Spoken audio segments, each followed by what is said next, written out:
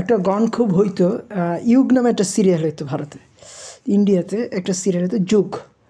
তো এখানে একটা গান হইতো সিরিয়ালটা শুরুতেই, युग बदला बदला हिंदुस्तान, कल तक देश पे मरता था जो अपने लिए ही जीने लगा क्यों। যে যুগ বদলে গেছে, কালকে যে দেশের জন্য জীবন দিত সে কেন আজকে নিজের জন্য বেঁচে থাকতেছে, স্বার্থপর হয়ে গেল কী করে মানুষ। এই জিনিসগুলা এই মুভিটা ইউগ সিরিয়ালটা খুবই নামকরা একটা সিরিয়াল ছিল ইন্ডিয়ার। তো বাংলাদেশেও যে বা যে কোনো ঝড়ের মুহূর্তে বিপদের সময় মানুষ দলবদ্ধভাবে সেটা মোকাবেলা করে, ঠিক আছে। তো যখন বাঘ ছিল প্রচণ্ডভাবে শক্তিশালী, মানুষ ছিল দুর্বল, মানুষ তখন হাতে বন্দুক ছিল না, মানুষের হাতে মানুষ এই ধাতু ইউজ করতে জানতো না, পাথরের হাতিয়ার এইগুলো ছিল মানুষের সম্পদ।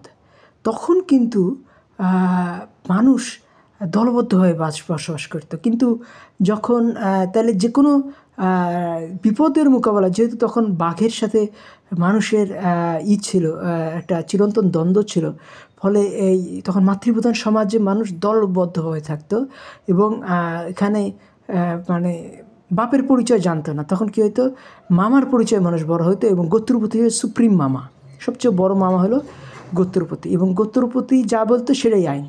তো বাঘ যখন আসতো তখন 50 জন শক্তিশালী পুরুষ সব একসাথে ঝাঁপায় পড়তো, কারণ বাপ যদি থাকে তাহলে কী হবে, প্রত্যেকে তার নিজের ছেলেকে টেনে নেবে, যেহেতু ও জাগ্গা বাঘের সাথে লড়াই করে, তুমি যাও না।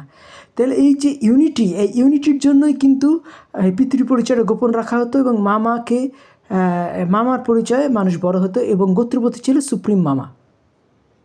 এই সমাজে মেয়েদের উপর প্রচণ্ড অত্যাচার হতো সেই যে এই মাতৃপ্রধান সমাজগুলোতে, সেগুলো আসলে পুরুষ প্রধান ছিল।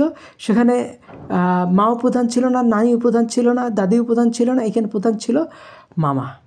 তো এই মাতৃপ্রধান সমাজগুলো ছিল কমিউনিস্ট সমাজ, এই জিনিসগুলো বুঝতে হবে।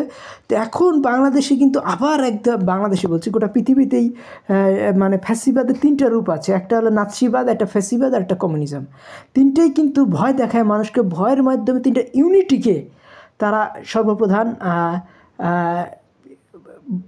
লক্ষ্য হিসাবে গড়ে তোলে। সেখানে প্রশ্ন করা, তারপরে আনন্দ এবং আনন্দ এবং বৈচিত্র্যকে তারা প্রাধান্য দেয় না, তারা প্রাধান্য দেয় ভয় এবং একতা। তাইলে আমাদের এখানে বুঝতে হবে যে একতা জিনিসটা কিন্তু ভয়ের সাথে রিলেটেড। আর এই যেমন পরাধীন মানুষরা কিন্তু সাধারণত একতা হয়, তখন কি যারা তাদেরকে শাসন করছে তাদের বিরুদ্ধে তারা একতা নিয়ে বেঁচে থাকে, হ্যাঁ। কিন্তু যখন তারা স্বাধীন হয়ে যায় তখন তাদের মধ্যে স্বাভাবিকভাবেই এই মানুষ একতাটা থাকে না। তাহলে এই জিনিসটা আমাদের বুঝতে হবে যে এই ভয়ের সাথে একতা জড়িত আছে। এবং নাৎসিবাদ, ফ্যাসিবাদ, কমিউনিজম এরা কিন্তু ভয়ের চাষ করে, কারণ তাদের সুপ্রিম লক্ষ্য একতা। কিন্তু গণতন্ত্রের লক্ষ্য তো একতা না, গণতন্ত্রের লক্ষ্য একতা, গণতন্ত্রের লক্ষ্য হলো আনন্দ ও বৈচিত্র্য। তো কাজে এই জিনিসটা আমাদের চিন্তা করতে হবে যে যেই সমাজে এই মতামত প্রকাশের স্বাধীনতা আছে সেখানে একটা স্বতন্ত্র থাকবে, সেখানে আনন্দ থাকবে, সেখানে বৈচিত্র্য থাকবে এবং সেখানে বৈজ্ঞানিক আবিষ্কারটা বেশি হবে। বৈজ্ঞানিক আবিষ্কারে বিভিন্ন রকম লিডারশিপ থাকবে, বিভিন্ন পথে বিভিন্ন যে চলবে এবং যে সফল হবে তাকে সবাই ফলো করবে।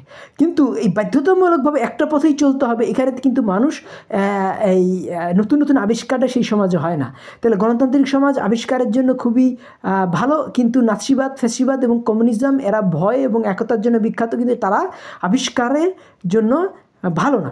তো ফলে দেখা যাবে যে এই যে গণতান্ত্রিক সমাজে আবিষ্কারটা মানে প্রচণ্ডভাবেই বেশি, এবং আমরা এই জন্য আমরা ওই বৈচিত্র্য এবং আনন্দকে প্রাধান্য দেব, ভয় এবং একতাকে প্রাধান্য দেব না। নাৎসিবাদ, ফ্যাসিবাদ এবং কমিউনিজম এই 3টা হলো গিয়ে বর্তমান সমাজের সবচেয়ে বড় কলঙ্ক, সবচেয়ে বড় এই ফ্যাসিবাদ। এইগুলাকে থেকে একটু দূরে থাকার চেষ্টা করব এবং মাতৃপ্রধান সমাজ থেকে দূরে থাকার চেষ্টা করব। পুরুষবাদী সমাজ কিন্তু মানুষের জীবনে এই স্বাধীনতা, বৈচিত্র্য, আনন্দ এইটাই নিয়ে এসছে। এবং এর ফলে কিন্তু ইহুদিদের মধ্যে পুরুষবাদী সমাজ ছিল, এবং ইসলাম আসার পরে গোটা পৃথিবীতে পুরুষবাদী সমাজ প্রচণ্ডভাবে বিস্তার লাভ করেছে। হিন্দুরাও পুরুষবাদী, কিন্তু তাদের মধ্যে মাতৃবাদী সমাজের অনেক এলিমেন্ট রয়ে গেছে। এই জন্য এই গেটে হিন্দুত্বকে আমলে নেননি। তারা বলছেন যে হিন্দুত্বের মধ্যে এত সেক্ট আছে যে হিন্দুত্বকে বিশ্লেষণ করা এককভাবে খুব অসম্ভব একটা ব্যাপার। কিন্তু ইসলামের একটা মানে রুলস অ্যান্ড রেগুলেশনস আছে, ক্যানোনিক্যাল ফর্ম আছে। তার ফলে গোটা পৃথিবীতে পুরুষবাদ এবং বৈজ্ঞানিক আবিষ্কার এগুলোকে কিন্তু গোটা পৃথিবীতে ছড়িয়ে দিয়েছিল ইসলাম, এবং পরবর্তীতে ইসলামের হার্টটাকেই কিন্তু গোটা ইউরোপে ছড়িয়ে দিয়েছে জার্মানি। ফলে জার্মানি হয়ে গেছে ইউরোপের সবচেয়ে ক্রিয়েটিভ দেশ। কাজে আমরা যদি সেই জার্মান দর্শন বা ইসলামী দর্শনকে ফলো করি তাহলে কী হবে, পুরুষবাদকে ফলো করি তাহলে কি ইসলাম আমাদের দেশে প্রতিষ্ঠিত হবে, এবং বাংলাদেশও জার্মানির মতো ক্রিয়েটিভ হয়ে উঠবে। তখন কি বাংলাদেশে সায়েন্সে নোবেল প্রাইজ পাবে, বাংলাদেশও কী হবে, এই 200 কোটি বাজেটের মুভি করবে। আমার কথাগুলো ভালো লাগলে আমার চ্যানেল সাবস্ক্রাইব করুন, লাইক বাটন ক্লিক করুন। ধন্যবাদ।